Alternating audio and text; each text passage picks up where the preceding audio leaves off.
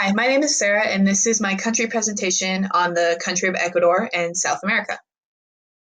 So, Ecuador. The origin of Ecuador, it was founded in May 24th, 1822.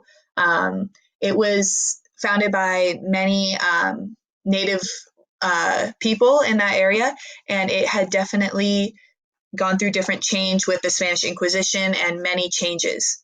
It gained total independence from the Gran Colombia in 1930. The Gran Colombia was similar to NATO, with all of many countries in one area uniting under one unified leader. However, that became a dictatorship, and Ecuador decided to separate and become fully independent, which followed many more issues in the future for Ecuador's country. The capital is Quito, which is a province of Chichen Itza in the mountainous region of Ecuador. Ecuador is also located in the northern part of the South American continent. So the geography and climate of Ecuador. Geography of Ecuador. Ecuador is roughly the size of Colorado. It shares borders with Colombia and Peru, but there are four main regions of Colombia.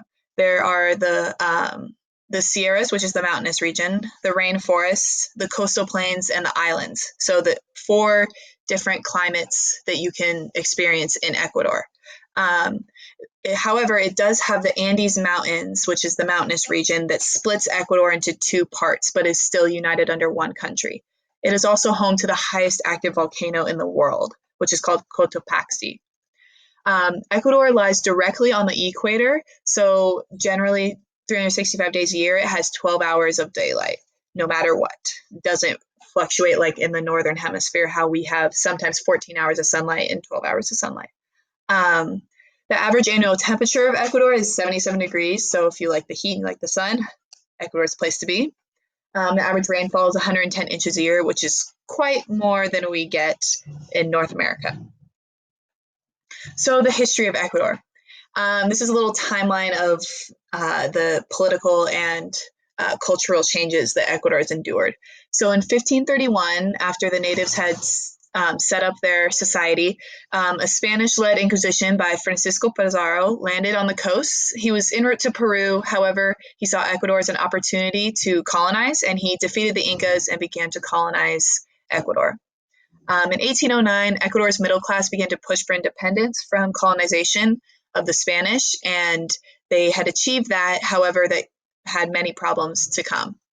In 1830, after Ecuador had spent about 15 years supporting the Gran Colombia, they had decided to become fully independent because of the militaristic dictatorship that the Gran Colombia had begun to impose.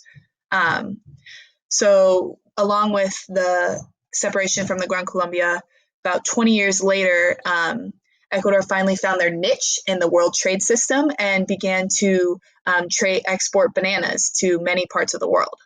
In 1967, the new constitution was put into place. However, a year later, the president, who was Jose Maria Velasco at the time, was elected for the fifth time and began to assume dictatorial power and made Ecuador a dictatorial country once more. So Ecuador's global standings. Their GDP was about $107,511 million in 2018.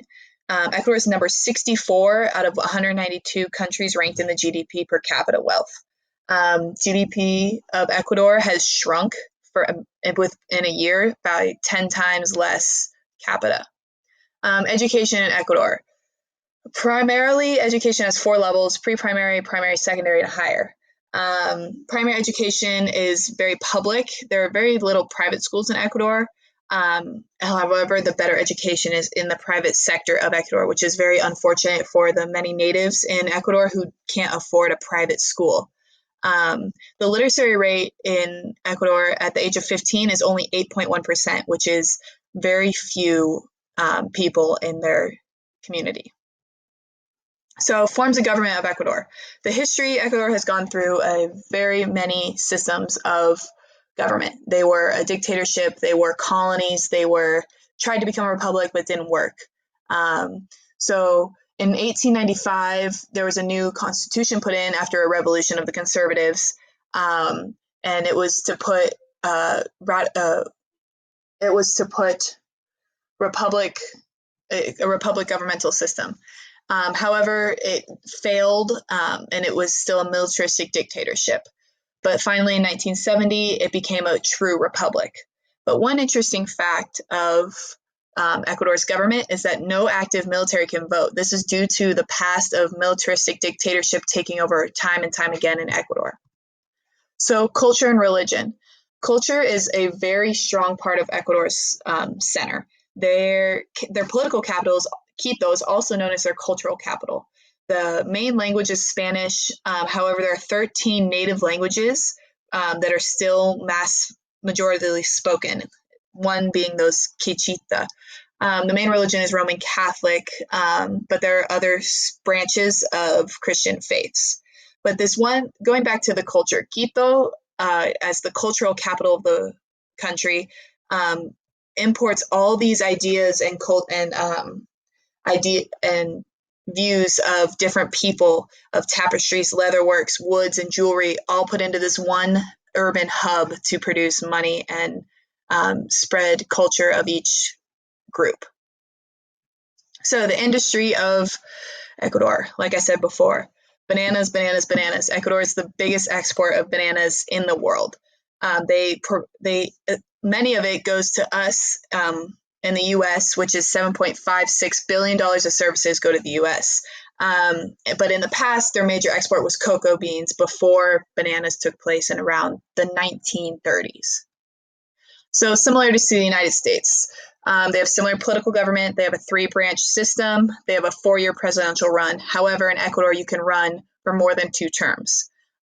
Ecuador exports bananas. We export food and beverage. So you go to China, you see Coca-Cola everywhere. You go to India, any other place, you see a lot of Coca-Cola products, which is U.S.-based. So relation to the United States and recent actions.